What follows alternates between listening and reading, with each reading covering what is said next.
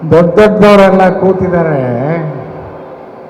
Okay, ಜಗತ್ತಿನಾದ್ಯಂತ ಕನ್ನಡ ಚಿತ್ರರಂಗವನ್ನು ಬೆಳೆಸಿದ್ದಾರೆ. ಅವರೆಲ್ಲರಿಗೂ ಒಂದು ಸಲಾಂ.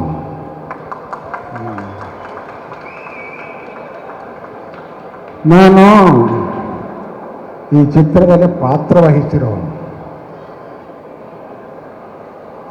ಈಗ ಯಾರು ನಾನು ಕಥೆ ಹೇಳಿಬಿಟ್ರೆ ಇನ್ನೇನು ಉಳೀತು ಅಂತೀರಿ.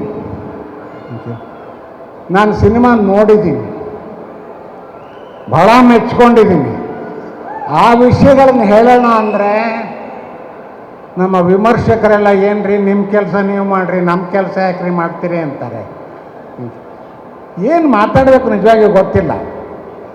ಜನರಲ್ಲಾಗಿ ಕನ್ನಡ ಚಿತ್ರರಂಗ ಈ ಒಂದು 2-3 ವರ್ಷಗಳಲ್ಲಿ ಬಹಳ ದೊಡ್ಡ ಪ್ರಮಾಣದಲ್ಲಿ ಬೆಳೆದಿದೆ.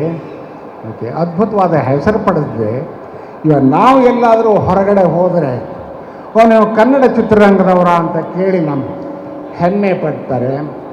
ಅದು ನಾವು ಪಡ್ಕೊಂಡಿರೋ ಒಂದು ಆಶೀರ್ವಾದ ಅಂತ ಇಟ್ಕೊಳ್ತೀನಿ. ಹೀಗೆ ಸತತವಾಗಿ ನಿರಂತರವಾಗಿ ಕನ್ನಡ ಚಿತ್ರರಂಗ ಬೆಳೀತಾ ಇರಬೇಕು. ಅದಕ್ಕೆ 10 ಜನ ಹೊಸ ಪೀಳಿಗೆಯವರು ಕಾಂಟ್ರಿಬ್ಯೂಟ್ ಮಾಡ್ತಾ ಇರಬೇಕು. ಅದು ನಿರಂತರವಾಗಿ ನಡೀಲಿ ಅಂತ ನಾನು ಆಶಿಸ್ತೇನೆ.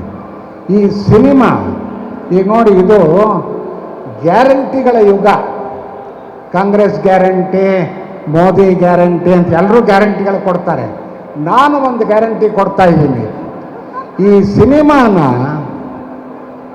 ನೀವು ಇಡೀ ಫ್ಯಾಮಿಲಿ ಜೊತೆಗೆ ಹೋಗಿ ನೋಡಬೇಕು.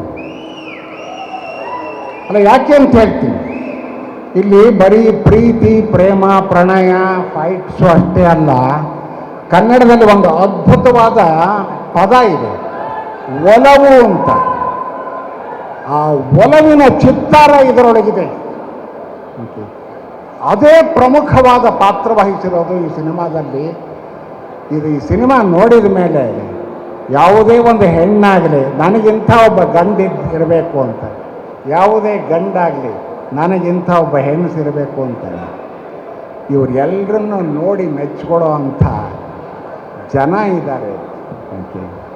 ಈ ಚಿತ್ರಕ್ಕೆ ಅದ್ಭುತವಾದ ಯಶಸ್ಸು ಸಿಗಲಿ ಅಂತ ಹೇಳ್ತೀನಿ. ನಿಮ್ಮೆಲ್ಲರ ಸಹಕಾರ, ಸಹಯೋಗ ಬಹಳ ಮುಖ್ಯ.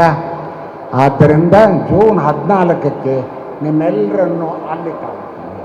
ನಮಸ್ಕಾರ. ಗ್ಯಾರಂಟಿ ನ್ಯೂಸ್, ಸುದ್ದಿ ಖಚಿತ, ನ್ಯಾಯ ನಿಶ್ಚಿತ.